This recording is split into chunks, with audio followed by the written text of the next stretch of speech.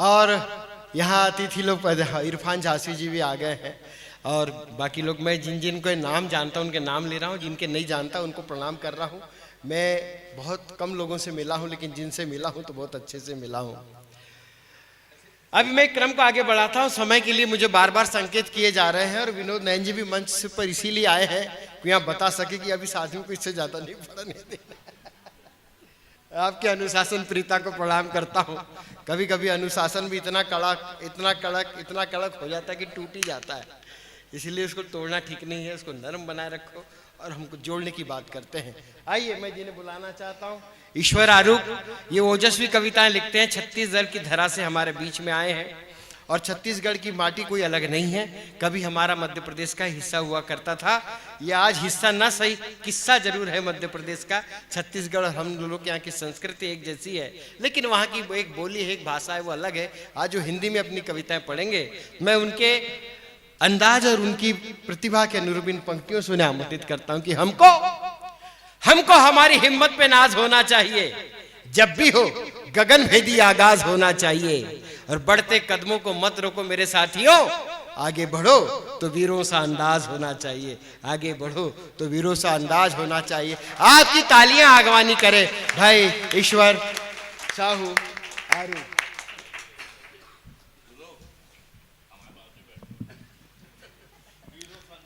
बहुत बहुत धन्यवाद दादा दिनेश देहाती जी। अभी इन्होंने बताया भी है कि छत्तीसगढ़ और मध्य प्रदेश पहले कभी एक हुआ करता था।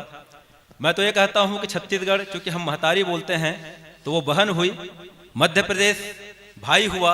इस नाते मैं छत्तीसगढ़ महतारी का पुत्र हूँ और अपने मामा के गांव में आया हूँ। वाह वाह वाह।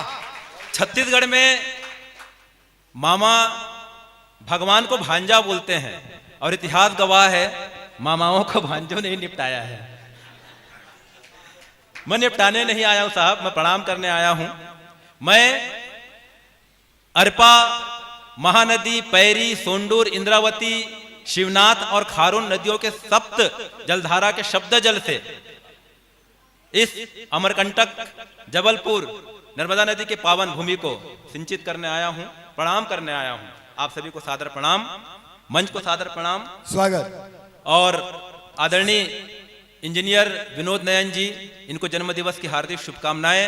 उनकी किताब दोहावली, नयन दोहावली को भी अच्छा प्रतिसाद मिले, यही शुभकामनाओं के साथ मैं अपनी बात को आगे करने का प्रयास करता हूं। मां पर बात रखी आदरणीय दोनों कवियों ने, मैं चार पंक्ति से मां का प्रणाम करना चाहता हूं। किसी ने धरती तो किसी ने आसमां कह दिया, किसी ने धरती तो किसी ने आसमां कह दिया, किसी ने बाग तो किसी ने बागवां कह दिया। मुझसे कहा एक संपूर्ण कविता संक्षिप्त में पढ़ो, मैंने बड़े प्रेम से बस मां कह दिया, मैंने बड़े प्रेम से बस मां कह दिया। बढ़िया बढ़िया बढ़िया, लाजवाब, अद्भुत।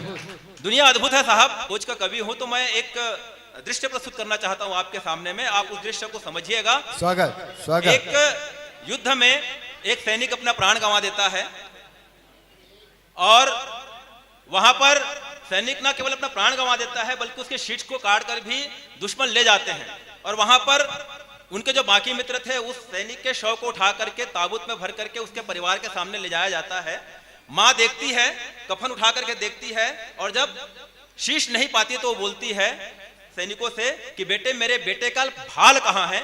बस वहीं से जो सैनिकों ने चार पंक्तियां कही, मैं उसको पढ़ना चाहता हूं, आप सभी का आशीर्वाद मिले। सैनिकों ने कहा कि दुश्मनों की सेना आई, टिक नहीं पाई माई, वीरता दिखाई तेरे लाल ने कमाल की। कि दुश्मनों की सेना आई, टिक नहीं पाई माई, वीरता दिखाई तेरे लाल ने कमाल की। धीरे धीरे आगे बढ़, दुश्मनों को दी खदेड़, धीरे धीरे आगे बढ़, दुश्मनों को दी खदेड़, धीरे धीरे आगे बढ़, दुश्मनों को दी खदेड़। काट खोज लाया सभी दुश्मनों के चाल की, और दुश्मनों को नचा दिया, तांडव सा मचा दिया। दुश्मनों को नचा दिया, तांडव सा मचा दिया। सीने पर वार झेला उसने ही काल की। कि दुश्मनों को नचा दिया, तांडव सा मचा दिया। सीने पर वार झेला उसने ही काल की, और रक्त का तिलक कर किया तन न्योछावर रक्त का तिलक कर किया तन न्योछावर, लाल तेरा आहुति चढ़ा के आया भाल की, लाल तेरा आहुति चढ़ा के आया भाल की, क्या बात, लाल तेरा आहुति चढ़ा के आया भाल की।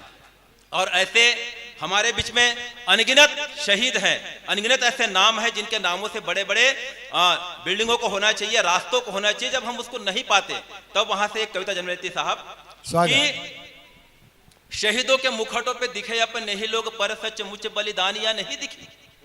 शहीदों के मुखौटों पे दिखे अपने ही लोग, पर सचमुच बलिदानियां नहीं दिखी। निज स्वार्थ के लिए जो नियम बनाए तोड़े, उन्हें जनता की परेशानियां नहीं दिखी। अरे कोड़े खाएं गोली खाई झूले फांसी भी मगर, कोड़े खाएं गोली खाई झूले फांसी भी मगर, जख्म वाली उनकी निशानियां नहीं दिखी। और पुस्तकों में छापने को दिखे आतताई पर, पुस्तकों में छापने को दिखे आतताई पर, पुस्तकों में छापने को दिखे आतताई पर, शहीदों की अमर कहानियां नहीं दिखी, शहीदों की अमर कहानियां नहीं दिखी। अब मैं तो बोलता हूं कि विषधर सारे बच जाने का रास्ता नाप रहे होंगे, और सभी दानव दल मिलकर मन में जाप रहे होंगे। रणचंडी के हाथों में जो आ जाए तलवार, सारे महिषासुर धरा के थर थर कांप रहे होंगे। हमको वो पावर चाहिए, वो ताकत लाना होगा।